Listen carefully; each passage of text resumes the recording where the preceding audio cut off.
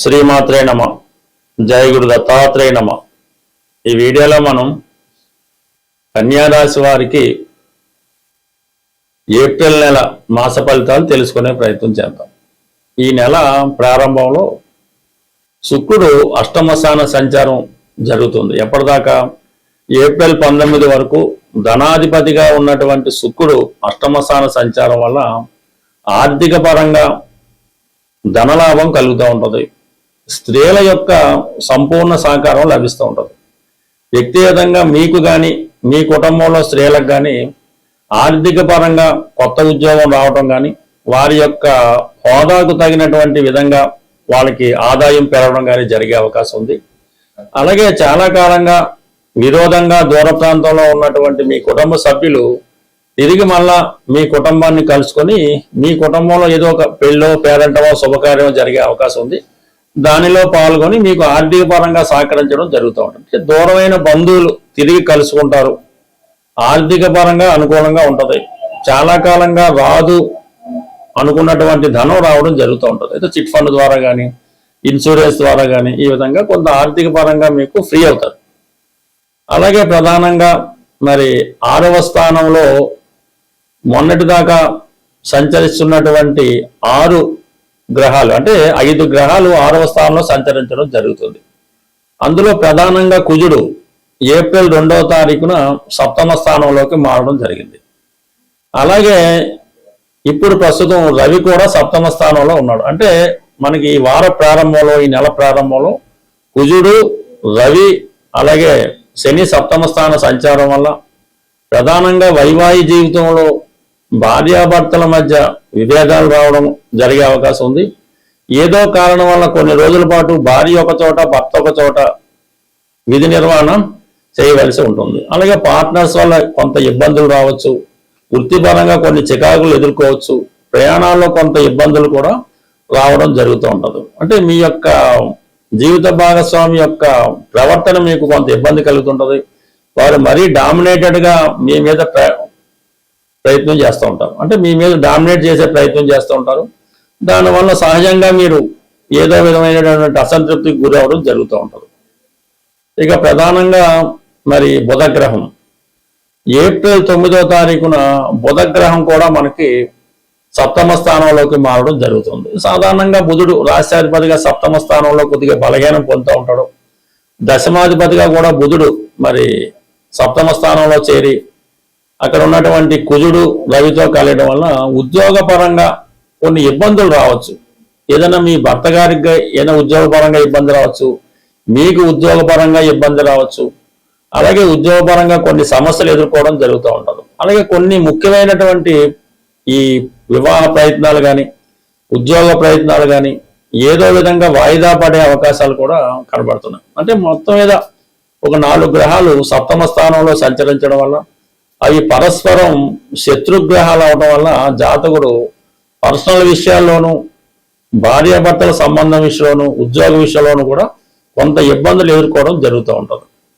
ఇక మనకి రాహు ఒక్కడే 6వ స్థానంలో అత్యంత బలవంతుడై ఉండడం వల్ల మీకు ఎటువంటి సమస్య వచ్చినా కూడా అది మీకు అనుకూలంగా మారడం జరుగుతూ ఉంటుంది. అంటే మీరు ఎవరితో సమస్య తెచ్చుకున్నా వాళ్ళకే ఇబ్బంది అవుతుంటుంది. మీకు ఎవరిదైనా సమస్య వచ్చినా కూడా వాళ్ళకే ఇబ్బంది అవుతుంది. అంటే మొత్తం మీద 6వ స్థానంలో రాహు మిమ్మల్ని శత్రువులపై విజయం లభిస్తూ ఉంటుంది. ప్రతి ప్రయత్నంలో కూడా మీరే విజయం లభిస్తూ ఉంటారు. ఈ సమయంలో మీరు ఏదైనా ఒక కొత్త ప్రయత్నం చేసినా కూడా దానికి కొంత శ్రమ ఉన్నప్పుడు కూడా ఫైనల్ సక్సెస్ వస్తుంది. కోర్టు వ్యవహారాల నుంచి కానీ ఆర్థిక సమస్యల నుంచి కానీ చాలా వరకు బయటపడే అవకాశం ఉంది. ఓవరాల్గా మరి కన్యారాశి వారికి ఈ గ్రహాల యొక్క స్థితి నెల కొంత ఇబ్బంది పెడుతుంటుంది. అయితే దశమ స్థానంలో ఉన్నటువంటి గురువు చాలా వరకు వృత్తిలో ఎవరో ఒకరు మీకు సహకరించడం జరుగుతూ ఉంటుంది. ఎంత ఇబ్బంది ఉన్నా మీలో ఉన్నటువంటి సిన్సియారిటీకి మీలో ఉన్నటువంటి టాలెంట్కి ఇష్టపడినటువంటి మీ యజమాని కానీ మీ పై అధికారులు కానీ మీకు ఎటువంటి ఇబ్బంది లేకుండా మిమ్మల్ని సేఫ్గా ఉంచే ప్రయత్నం అనేది జరుగుతూ ఉంటుంది. సో ఏదైనా జాతకుడికి చివరి నిమిషంలో అయినా సరే ఎవరో ఒకరు సహకరించి మీకున్నటువంటి సమస్యల నుంచి బయటపడవేయడం జరుగుతూ ఉంటుంది. అలాగే 12వ స్థానంలో ఈ కేతుగ్రహ సంచారం వల్ల వాళ్ళని వీళ్ళని నమ్మి కొంత ధన నష్టం కూడా జరుగుతూ ఉంటుంది. బట్ ఏదైనా ఈ కన్యారాశి వారికి ఈ నెల గ్రహాలంత అనుకూలంగా లేకపోవడం జరిగింది. అంటే శుక్రగ్రహం అనుకూలత వల్ల ప్రతి సమస్య మీకు అనుకూలంగా మారుతుంది.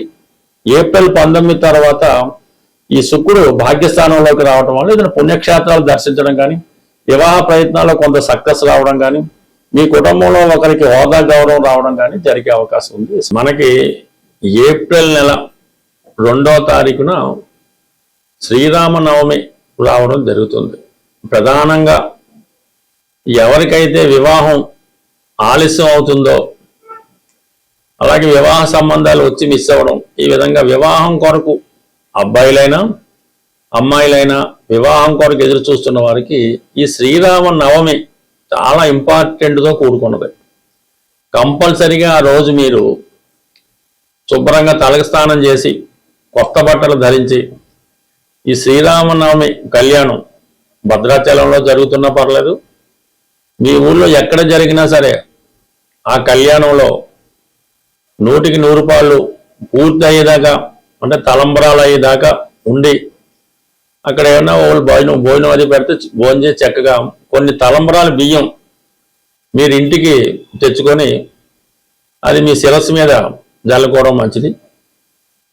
వీలున్నవారు భద్రాచలంలో కూడా మనకి ఈ తలంబరాల బియ్యం ఇవ్వడం జరుగుతుంటుంది. అవి ఎవరన్నా తేగలిగితే, అది పెద్దవాళ్ళు ఎవరైనా మీ పిల్లలకి వివాహం జరగవలసి ఉంటే వాళ్ళకి ఆశీర్వదిస్తూ ఆ తలంబరాల బియ్యం వాళ్ళ తల మీద పెట్టడం వల్ల 100కి 100 రూపాయలు వివాహం అన్నది నిశ్చయం అవడం జరుగుతుంటుంది. కాబట్టి వీలున్న వాళ్ళు ఈ శ్రీరామనవమి వేడుకల్లో పాల్గొనడం, ఇంకా ఓపిక ఉన్న వాళ్ళు తల్లిదండ్రులు కూడా పిల్లలకి వివాహం జరగడం లేదు అనుకున్న వాళ్ళు ఒకసారి శ్రీరామనవమి పీటల మీద కూర్చొని ఆ రాముల వారి కళ్యాణం మీ చేతుల మీదుగా జరిపించడం వల్ల తొందరలోనే మీరు మరొక వివాహం మీ పిల్లవాడికి అమ్మాయికో చేసే భాగ్యం అన్నది ఆ భగవంతుడు మీకు కల్పించే అవకాశం ఉన్నది.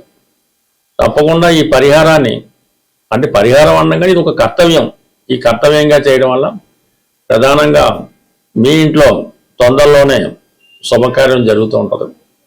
అలాగే మనకి ఎలాగా మంచి రోజులు వచ్చాయి కాబట్టి వివాహం కొరకు ఎవరైతే ఎదురు చూస్తున్నారో వాళ్ళు ఒక 8 మంగళవారాలు పవిత్రంగా సాంప్రదాయ దుస్తులతో ఆంజనేయ స్వామి వారి ఆలయంలో తమలపాకులతో అర్చన చేపించి ఆ రోజు సంపూర్ణంగా సాత్విక ఆహారం తీసుకొని భూసైనం అంటే నేల మీద పడుకోవడం వల్ల ఆ రోజు మంగళవారం రోజు ఉపవాసం అనేది అక్కర్లేదు, లైట్ ఫుడ్ తీసుకొని హనుమాన్ చాలీసా 3 సార్లు ఉదయం మధ్యాహ్నం రాత్రి 3 సార్లు ఒకేసారి చదవడం వల్ల ఒక 8 వారాలు ఈ విధంగా ఆంజనేయ స్వామి వారి వ్రతం చేయడం వల్ల శీఘ్రంగా కళ్యాణం జరిగే అవకాశం ఉంది. బట్ ఏదైనా మరి ఈ ఏప్రిల్ నెలలో మరి మొదటిసారిగా వచ్చే, అంటే మొదటి వారంలోనే వచ్చే శ్రీరామనవమి చేయటం వల్ల కొంతమందికి అయితే మే నెలాఖరులోపు కూడా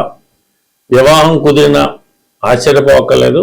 ప్రేక్షకులకు ఒక చిన్న విజ్ఞప్తి, ఈ మార్చి నెల 29వ తారీఖు అంటే ఆదివారం రోజు హైదరాబాదులో జ్యోతిష విజ్ఞాన కేంద్రం వారి సహకారంతో ఈ సుందరయ్య విజ్ఞాన కేంద్రంలో ఒక జ్యోతిష మహాసభ నిర్వహించడం జరుగుతుంది. అంటే అందులో ప్రముఖమైనటువంటి వ్యక్తులు వారి అభిప్రాయాలు, అంటే జ్యోతిష్ శాస్త్రరీత్యా కొన్ని ప్రధానమైన టాపిక్స్ తీసుకొని ప్రసంగించడం జరుగుతూ ఉంటుంది. ఈ జ్యోతిష మహాసభలో పాల్గొందామనే ఆసక్తి కలిగిన వాళ్ళు ఎవరైనా ఉంటే 29వ తారీఖు మీ యొక్క పేర్లు ఇవ్వడం, కానీ డైరెక్ట్గా కూడా సభకు వచ్చిన ఇబ్బంది ఏం లేదు. అయితే మరి ఆ సభకి ఎటువంటి ప్రవేశ రుసుము ఉండదు, భోజన సౌకర్యం మిగతా సౌకర్యాలు కూడా ఈ సంస్థ వారే మీకు ఉచితంగా ఏర్పాటు చేయడం జరుగుతుంది. కాబట్టి ఆసక్తి ఉన్నవాళ్ళు ఈ 29వ తారీఖు జరిగే మహాసభకు హాజరవుతూ ఉన్నవాళ్ళు కంపల్సరీగా వాళ్ళ నేమ్ ఒకటి రిజిస్టర్ చేసుకుంటే ఏర్పాట్లు చేసుకోవడానికి అనుకూలంగా ఉంటుంది. కాబట్టి కొంతవరకు సహకరిస్తారని ఆశిస్తూ స్వస్తి. ప్రేక్షకులకు ఒక చిన్న విజ్ఞప్తి, ఈ మార్చి నెల 29వ తారీఖు అంటే ఆదివారం రోజు హైదరాబాదులో జ్యోతిష విజ్ఞాన కేంద్రం వారి సహకారంతో ఈ సుందరయ్య విజ్ఞాన కేంద్రంలో ఒక జ్యోతిష మహాసభ నిర్వహించడం జరుగుతుంది. అంటే అందులో ప్రముఖమైనటువంటి వ్యక్తులు వారి వారి యొక్క అభిప్రాయాలు అంటే జ్యోతిష్ శాస్త్రరీత్యా కొన్ని ప్రధానమైన టాపిక్స్ తీసుకొని ప్రసంగించడం జరుగుతూ ఉంటుంది. ఈ జ్యోతిష మహాసభలో పాల్గొందామని ఆసక్తి కలిగిన వాళ్ళు ఎవరైనా ఉంటే 29వ తారీఖు మీ యొక్క పేర్లు ఇవ్వడం కానీ డైరెక్ట్గా కూడా సభకు వచ్చిన ఇబ్బంది ఏం లేదు. అయితే మరి ఆ సభకి ఎటువంటి ప్రవేశ రుసుము ఉండదు. భోజన సౌకర్యం మిగతా సౌకర్యాలు కూడా ఈ సంస్థ వారే మీకు ఉచితంగా ఏర్పాటు చేయడం జరుగుతుంది. కాబట్టి ఆసక్తి ఉన్నవాళ్ళు ఈ 29వ తారీఖు జరిగే మహాసభకు హాజరవుతూ ఉన్నవాళ్ళు కంపల్సరీగా వాళ్ళ నేమ్ ఒకటి రిజిస్టర్ చేసుకుంటే ఏర్పాట్లు చేసుకోవడానికి అనుకూలంగా ఉంటుంది. కాబట్టి కొంతవరకు సహకరిస్తారని ఆశిస్తూ స్వస్తి.